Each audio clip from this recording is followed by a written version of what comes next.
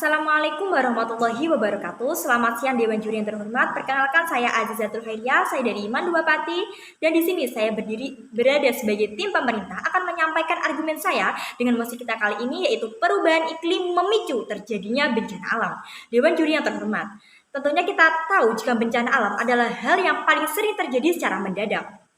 Lalu, di sini mengapa perubahan iklim menjadi pemicu utama terjadinya bencana alam? Dewan Juri yang terhormat, tentu kita sudah sering mendengar kabar bahwa lapisan ozon di bumi kita ini sedang rusak. Dan itulah penyebab utama terjadinya perubahan iklim yang tidak signifikan. Misalnya saja seperti ini Dewan Juri yang terhormat, dengan banyaknya polusi yang berasal dari bumi seperti kendaraan bermotor, banyaknya pabrik, itu menjadi salah satu penyebab rusaknya lapisan ozon karena naiknya konsentrasi gas karbon dioksida di atmosfer yang menyebabkan efek gas rumah kaca. Dengan adanya perubahan iklim ini akan berdampak dalam terjadinya bencana alam seperti kekeringan sehingga menyebabkan kebakaran, lalu terjadinya badai siklon tropis, lalu datangnya El Nino yang tidak dapat diperkirakan sehingga menyebabkan bencana alam yang berbahaya. Lalu bencana alam ini sendiri Dewan Juri terhormat, tentunya bencana alam adalah hal yang paling merugikan jika terjadi di sebuah negara. Sebuah negara banyak terjadi kerugian apabila banyak bencana alam. Contohnya saja di Indonesia, Dewan Juri yang terhormat. Bencana alam tsunami pada Aceh di tahun 2004 itu menyebabkan banyak sekali kerugian yang terjadi di Indonesia. Indonesia banyak mengeluarkan biaya untuk memperbaiki daerah tersebut. Lalu Dewan Juri yang terhormat, apa saja yang dapat kita lakukan untuk mengatasi perubahan iklim tersebut? Yang pertama, Dewan Juri yang terhormat, saya ingin menegaskan bahwa kita harus bisa menanamkan terlebih dahulu kepada diri kita sendiri untuk melakukan atau menjaga lingkungan kita dengan melestarikannya.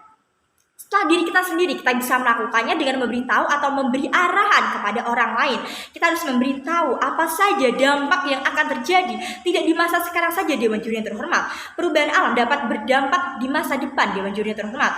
Jika kita tidak bisa melindungi bumi kita, maka di masa depan itu akan sangat berbahaya, akan sangat sering terjadi bencana alam Dewan Juri yang terhormat. Lalu yang kedua, kita bisa mengurangi penggunaan kendaraan bermotor pribadi. Kita bisa meniru gaya-gaya seperti di Jepang yang sudah menerapkan prinsip hidup sehat untuk mengurangi terjadinya bencana alam, seperti menggunakan kendaraan umum atau bus umum yang ketika kita akan melakukan kegiatan atau pekerjaan sekolah, kita tidak perlu menggunakan kendaraan bermotor terus-menerus jika tidak ada kepentingan yang mendadak seperti terjadinya kemacetan. Kita bisa menggunakan kendaraan bermotor karena jika kita menggunakan bis ketika kita sedang dalam keadaan gusar atau kita benar-benar membutuhkan waktu, kita bisa menggunakan kendaraan bermotor. Yang ketiga adalah dengan menanamkan pohon Dewan Juri yang terhormat. Saya ingin menegaskan bahwa pohon sekarang menjadi sesuatu hal yang akan langka. Di masa depan kita tidak bisa menjamin apakah akan ada banyak pohon karena banyaknya penduduk, banyaknya pohon-pohon yang ditebang untuk kepentingan pribadi seperti pendirian rumah, pendirian perusahaan. Itu sangat berbahaya Dewan Juri yang terhormat di masa depan.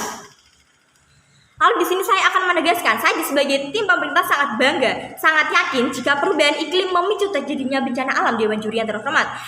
Di sini saya akan menegaskan bahwa yang bisa mengatasi terjadinya atau bisa mengurangi terjadinya perubahan iklim itu tentunya dari diri kita sendiri lalu kepada orang lain, yaitu dengan melakukan gaya-gaya hidup yang dapat melestarikan lingkungan. Terima kasih Dewan Juri yang terhormat.